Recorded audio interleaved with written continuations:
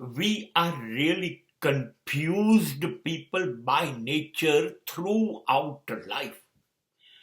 માનવી જે જીવે છે ને એ એવું લાગે છે જિંદગીભર ગૂંચવાયેલો રહેવા જ જીવે છે. એ કાયમ દ્વિધામાં છે, ડબલ માઇન્ડ છે.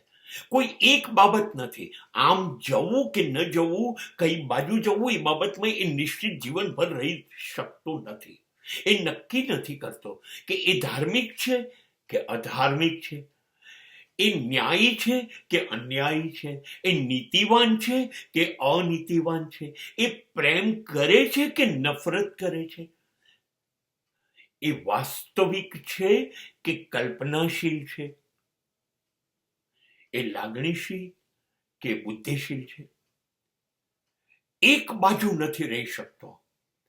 એ વારે ઘડીએ જેવી સ્થિતિ, જેવો વ્યક્તિ, જેવા સંજોગો એ પ્રમાણે બદલાતો રહે છે. એની અંદર કોઈ એક ચોક્કસ વિચારધારા નથી. અનેક વિચારધારાઓ એક સાથે જીવતો માણસ એ કાયમ ગૂંચવાયેલો માણસ, કન્ફ્યુઝડ મેન કહેવાશે.